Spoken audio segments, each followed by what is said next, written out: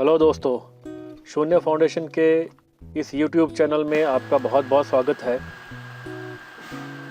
इस YouTube channel में आपको एंट्रेंस एग्ज़ाम से संबंधित सभी अंतर्राष्ट्रीय और राष्ट्रीय करंट अफेयर्स के बारे में विस्तृत जानकारी मिलेगी। करंट अफेयर्स के अतिरिक्त और अधिक महत्वपूर्ण तथ्यों पर भी हम बात करेंगे। तो आइए शुरू करते हैं आज के करंट अफेयर्स के टॉपिक्स से। 13 नवंबर 2020। 1. बिडेन के एडवाइजर ने कोरोना वायरस से लड़ने के लिए 4 से 6 सप्ताह लॉकडाउन का सुझाव दिया। 2. प्रधानमंत्री मोदी चयनित अमेरिकी राष्ट्रपति बिडेन से शीघ्र ही वार्ता करेंगे। 3.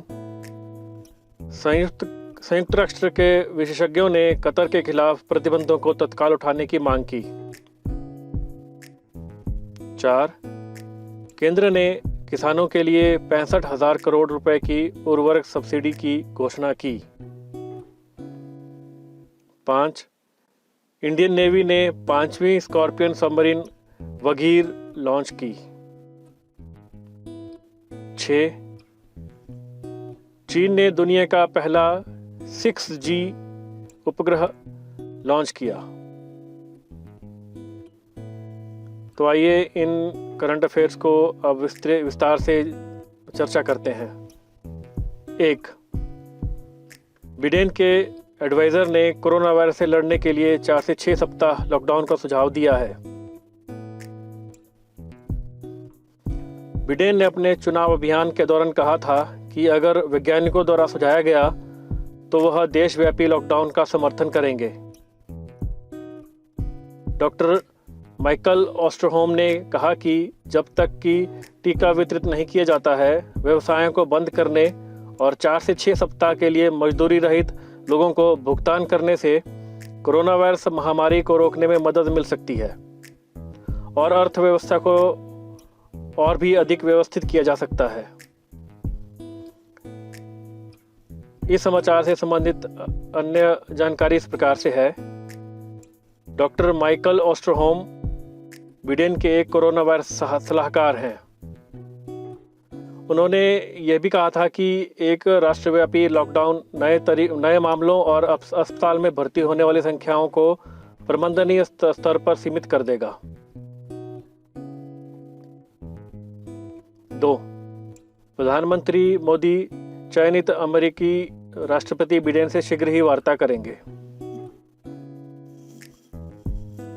विदेश मंत्रालय ने कहा है कि भारत के प्रधानमंत्री चयनित अमेरिकी राष्ट्रपति बिडेन के साथ सुविधाजनक समय पर शीघ्र ही बातचीत करेंगे।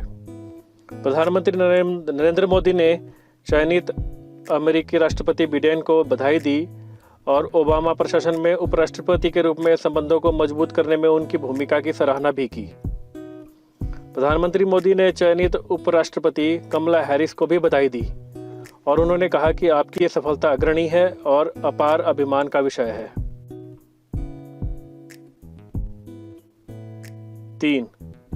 संयुक्त राष्ट्र के विशेषज्ञों ने कतर के खिलाफ प्रतिबंधों को तत्काल उठाने की मांग की है। संयुक्त राष्ट्र विशेषज्ञों ने देशों से आग्रह किया है कि दोहा के खिलाफ सभी प्रतिबंधों को तुरंत हटाएं। उन्होंने इन दंडात्मक कार्यों को मानवाधिकारों का उल्लंघन बताया है। आपकी जानकारी के लिए बता दें कि 2017 में 4 अरब देशों सऊदी अरब, मिस्र, संयुक्त अरब अमीरात और बहरीन द्वारा कतर पर एक हवाई, भूमि और समुद्री नाकाबंदी लगाई गई थी। इन राज्यों ने दोहा के साथ यह दावा करते हुए कि उसने आतंकवाद का समर्थन किया और ईरान के साथ उसके संबंध बहुत करीबी थे, राजनीतिक और व्यापार संबंध बंद कर दिए थे। लेकिन कतर ने इस दावे को खारिज कर लिया है और कहा कि संबंध तोड़ने के लिए कोई कारण वैध नहीं माना गया था।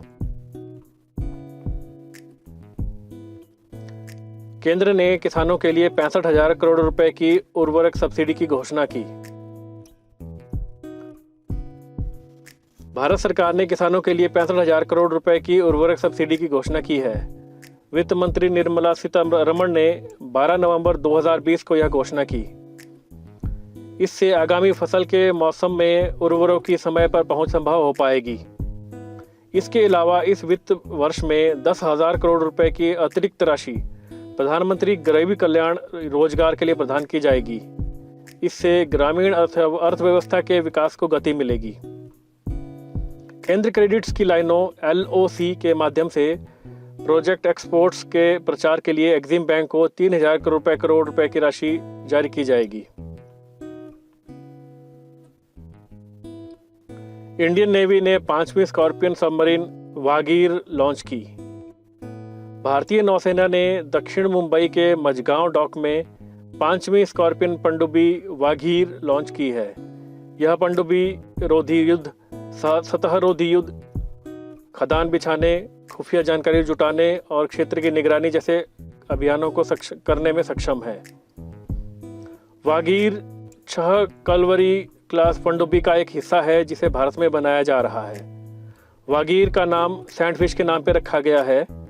यह हिंद महासागर में गहरे समुद्र में रहने वाली एक शिकारी मछली है। पहली वागीर 1973 में कमीशन की गई थी। पहली वागीर पनडुब्बी रूस की थी।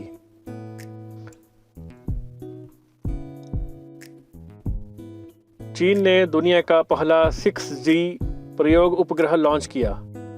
चीन ने दुनिया के पहले 6G प्रयोग उपग्रह को अंतरिक्ष में भेज दिया है। रिपोर्ट के अनुसार 5G की तुलना में इस प्रौद्योगिकी के 100 गुना तेज होने की उम्मीद है।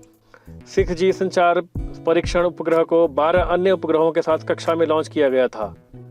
उपग्रह में एक ऐसी टेक्नोलॉजी भी है जो फसल आपदा निगरानी और जंगल की आग की रोकथाम के लिए उपयोग की जाएगी। इस समाचार से संबंधित कुछ जानकारी हम आपको देना चाहते हैं। चीन की राजधानी बीजिंग है। चीन की मुद्रा रेनमिबी है और चीन के राष्ट्रपति शी जिनपिंग हैं। धन्यवाद।